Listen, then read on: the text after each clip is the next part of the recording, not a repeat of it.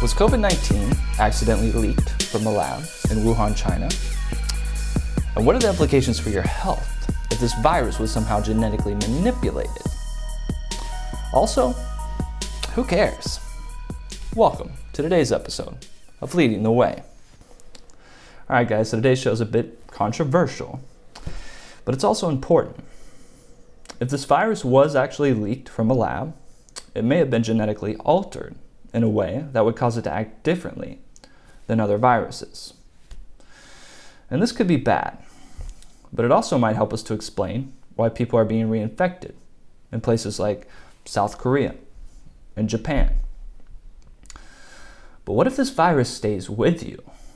And what if it's something that comes back every time your immune system is low? There are many reports of young, healthy people still dealing with this disease 2 months after symptoms began. And that's important because death is not the only metric for how serious a disease is. So we need to get to the bottom of this. Right, America? Nah, let's not worry about that at all. Right, guys? Instead, let's all get together, every single one of us, in a large group, and protest. Come on, guys. We don't need a mask. Let's all get together, every single one of us, in a large group with a bunch of people we don't know, and yell, yeah, yeah, yeah, yeah, woo, woo, woo, woo, hey, hey, hey, hey, hey, yeah, yeah, right? Let's get into the article. Okay, so the US explores the possibility that coronavirus spread started in a Chinese lab and not a market, right? And this is written by 3 different people from CNN. Okay, so the US intelligence and national security officials say the United States government is looking into the possibility that the coronavirus spread from a Chinese laboratory rather than a market, okay? And this is according to multiple sources familiar with the matter, but they also caution it's premature to draw any conclusions, right?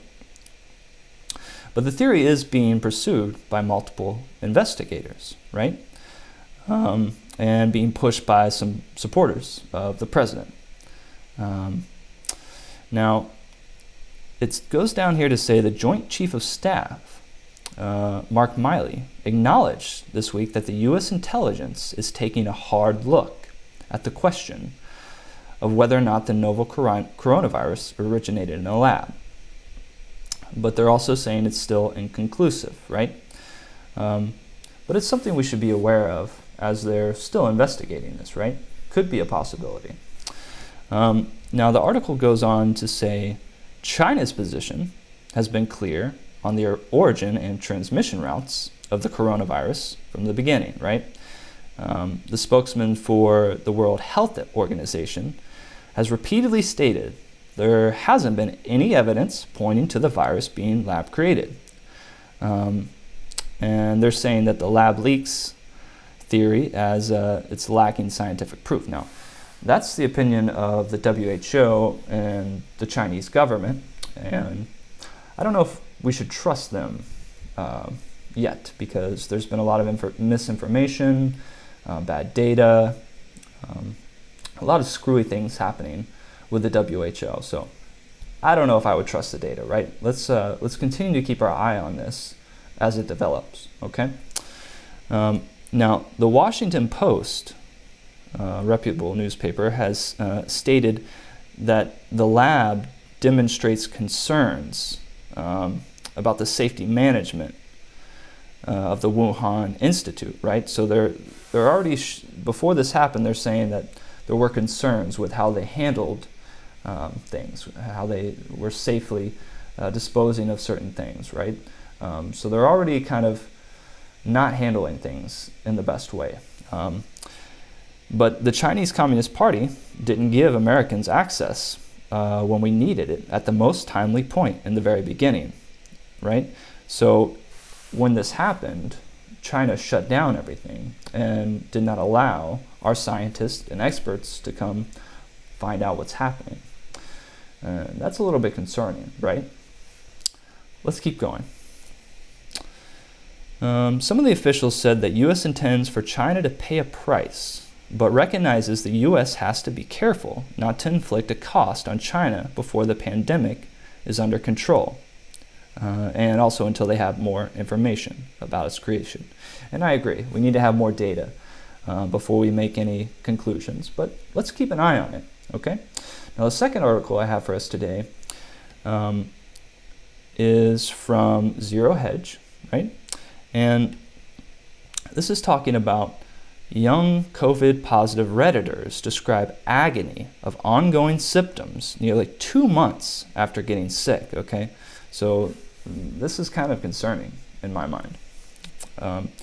They're saying while it mostly kills older people with underlying conditions, it can still have devastating effects on people that survive, including younger individuals, right? Based on what we know about this brand new disease, up to half of those who contract it may not show any symptoms of it all. But those who become sick, the effects range from no worse of the common cold, to the worst flu I've ever had, right? And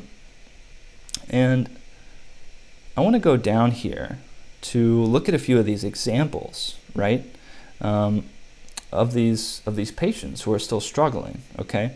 Now, it also mentions the article in South Korea of the people who are being deemed recovered, and then now coming back and they've been reinfected, okay? So it's also touching on that subject just a little bit here. But let's get into this example here, right? I first became symptomatic on the 29th of February. I'm a 30-year-old male, have had 2 ER visits, including a chest x-ray, which was clear. But the cough comes and goes, and he doesn't have taste, or he has metallic taste. And he's saying today marks the 49th day, 7 weeks of being sick. 49 days. Now, I don't care who you are. Being sick for 49 days is not is a big deal, right? It's important. You don't want to be sick for that long, and he's still struggling. So let's take a look at what he's saying here. 7 weeks of being sick, and while he's had a few days where he began to feel better, overall, I don't feel like I'm recovering. Okay, and this is a little bit later, day 51. Still feel weak and have gunk in my lungs. I cried last night over the kitchen sink because I'm so sick of this. My breathing has not been too bad for the last week, but I woke up this morning feeling shortness of breath, which freaked me out. I thought that the symptoms were over and done with. I wish that there was more news about this presentation of the virus and the long-lasting and up and down symptoms. Okay, so that's why we're showing you this article today, because not many people are talking about this part of the virus, right? Most people are saying death is the thing that's important, but it's also important to us, your quality of life, right? If you're sick for months at a time, this is not a good thing for you as an individual. And just because you don't die doesn't mean that it's not important, right? So let's continue here. We're going to look at another one here. Me too. I'm 26 years old, healthy, BMI, no pre-existing conditions. Week 7, 49 days since I first got sick. And the difficulty breathing has gotten better some days, but then regresses a bit, like 2 steps forward and 1 step back. This is getting to the point where it seems ridiculous. I'm still barely able to work and can't exercise yet. Okay? And there are other examples of this all over the internet, right? Young, healthy people struggling with this disease for a very long time. And this is something we really want to keep our eyes on here at Leading the Way, okay? Because we want people to have a good quality of life, even if they're not dead, right? Now, before we go, I got to show you a Twitter video, right? So today's video is our favorite people, right? A group of Prost testers. And why don't you take a look, right?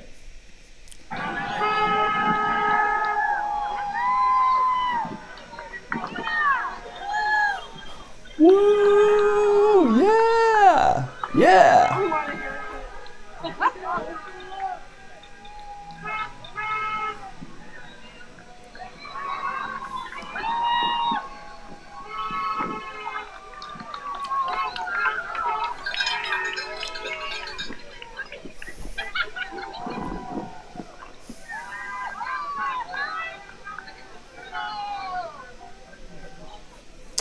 Okay. I've seen enough, right?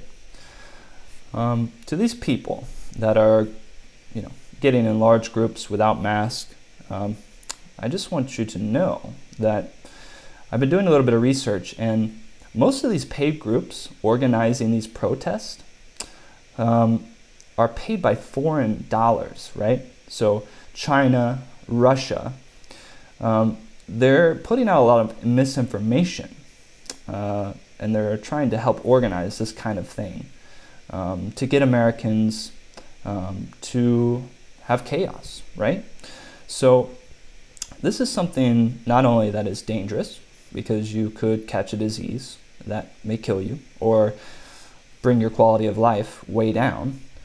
So not only are they putting themselves in danger, but they're also putting our country in danger. And I think it's good to stand up for your rights, right? The government shouldn't tell us that we have to stay inside. But in my opinion, they're trying to keep us safe. So let's be careful about where we get our information and what kind of groups we join, because there's a lot of misinformation out there, guys. But that's all for today. And until next time, my name is David, and this has been Leading the Way.